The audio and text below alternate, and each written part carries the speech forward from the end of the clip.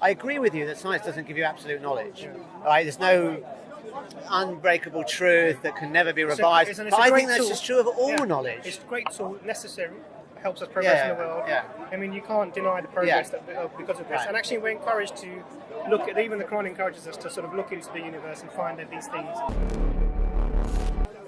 A couple of thought experiments. If you had a system in which there was nothing happened that we would call bad now, so no killing, no murder, no rape, etc., etc., you couldn't even think about thought. As soon as the thought came, it would turn into sort of pink puffs and it would fly away. If you were to stab somebody, it would turn into a rubber knife. If you tried to jump off a building, you'd start flying. You know, in that system, is there any morality?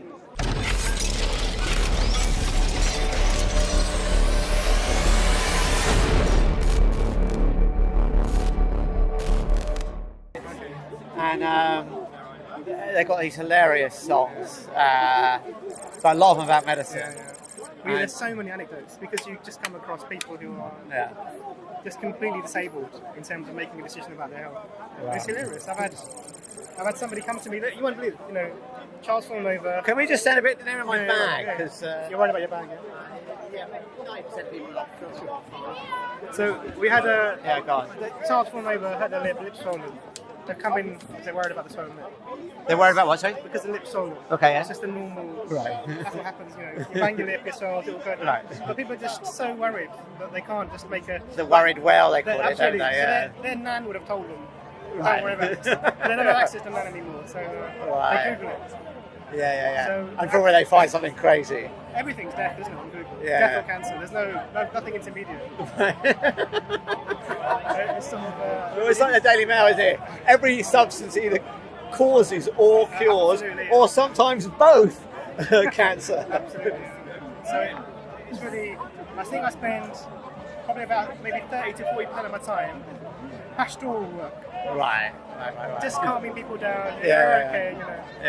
And then the other time it's either, you know, just saying, okay, this will go away in a bit, don't worry about it.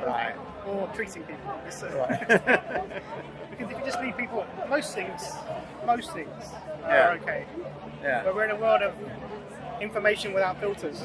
And if you know, even if I went into a physics book or something, started reading, you know, I could easily get the wrong end of the stick. And convincingly, I could be. And there's lots of wrong stuff out there, even from like good sources.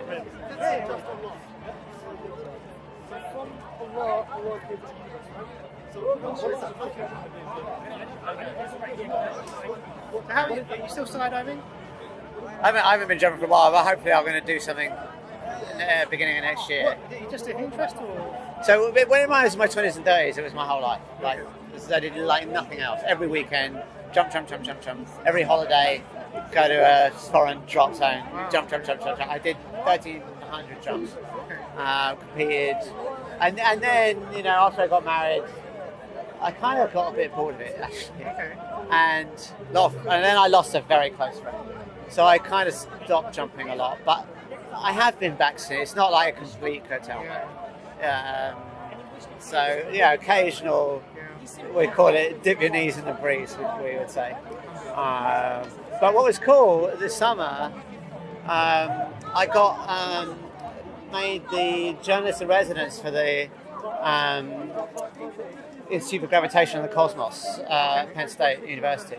So I was out there for a lot of the summer covering their conferences, and they gave me an award for popularising fundamental physics. So you sent me some links. I had a look at some lectures. I can't remember what I sent. I didn't even know I had your email, actually. You sent me a link. There was a whole day's worth of talking, and I couldn't watch it all because it's just... I can't remember what. I actually forgot that I even had your email. They were talking about the basis of science being naturalism. Oh, okay. You sent me a conference or something. Oh, it was a conference. Maybe, okay, yeah. Because I think that's not entirely right. I mean, I know a lot of people think that. There are some people that say that. Like Carlo Rovelli, someone I respect very highly. I agree with him on almost everything. And he thinks basically science is looking for natural explanations. That's what science is. So as long as you're doing that, you're doing science. But I'm not entirely agree with that. I think science is a more complicated beast, and it's multifaceted. So I agree. you primarily look for a naturalistic explanation, but I think if empirical evidence really showed you, so I think empiricism is probably the most important thing of science, not necessarily naturalism.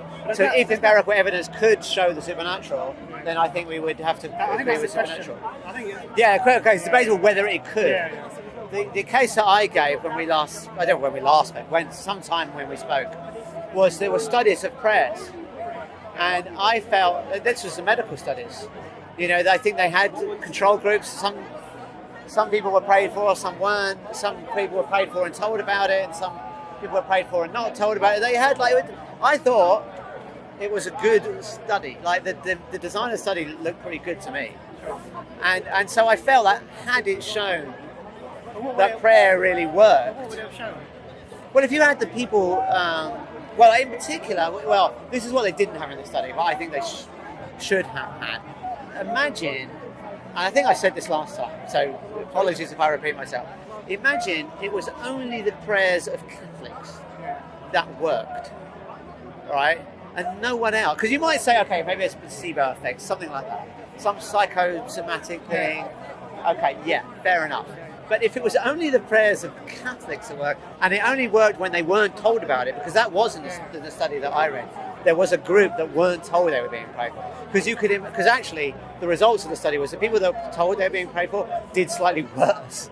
And I imagine that could be a psychosomatic thing, because maybe they thought, shit, they haven't got any medicines for me. It's last resort stuff. So maybe there was some sort of nocebo effect. That's conceivable, right? But if the people that weren't told did better, and only in one particular religion or one particular, group, then I think that would shows something is going on there. Do you know what I mean? I don't think for me, it's two things. First, because obviously with any... I'm just going to move my mouse. No, you can leave it there, no worries. Oh, no, I know. It's just, There's always, before any tests are done, there's always some pre-theory. Yeah. And then you do the test based upon your pre-theory. So you set up your experiment. Not always. Sometimes you're just looking. Do you know what I mean? Like some when they develop pharmaceuticals, sometimes they just throw compounds together and see. It's very rarely blindly. No, I agree. It's rare, but it's not unheard of. So what they will do is when it particularly pharmaceuticals, what they'll do is there'll be some information that people have used this plant or something. Right. Yeah. And so what they'll do is they'll take all the compounds out of that plant and then test them individually. Yeah. Or they'll take a known compound and adjust the structure. Yeah, sure. So it's never, because they're going to spend millions on this. So no, but there are people that do blind searches on, like for example, Craig Venter. He did this whole expedition to just look for new compounds, just go into the deep sea, look for organisms, see what can we find some new proteins. Who knows what they do? Just find new proteins that might have some function. Computer modelling for drugs that might work. Right. So you take a receptor and you see what could fit into that. Once you've made an image of it, and that will give you an idea of if we made this compound that we don't have now, would that work? Yeah. But I think it's sort of what you're describing is quite a rare phenomenon. But I think what I was going to say is that even the pre-theory for this idea that you can do a study on prayer. Yeah. So, for example, in Islam, we don't have this concept that God only answers the prayer of Muslims. That idea doesn't exist. No, but you might have to revise that if it were the case that you could show empirically that only the prayers of Muslims work. But then the thing is, you need to then you might have to revise that thought. Hello. Hey, Darren. How are you? The thing with that is just that it's just it's not. It's going to all you're going to see is something happened to these people and something didn't. But it's hard to. But you wouldn't start to wonder. Hang on. We see only the prayers of Muslims work, and only Sunni Muslims, right? And they consistently work.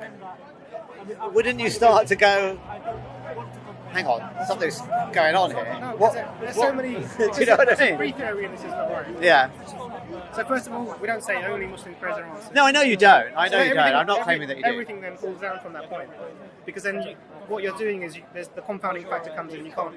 That's a compounding factor that you can't correct for. Because actually, even Satan had his prayer answered.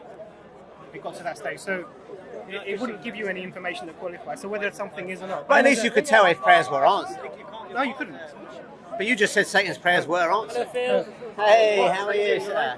Because there are some answers that you can receive. Can't forget you, Phil. You have to think about my name. But for me, Skydiving Phil. That's just it's set in stone. Set in stone. You're famous, so Well, Some prayers are answered in a way that we don't even materially recognise here. but you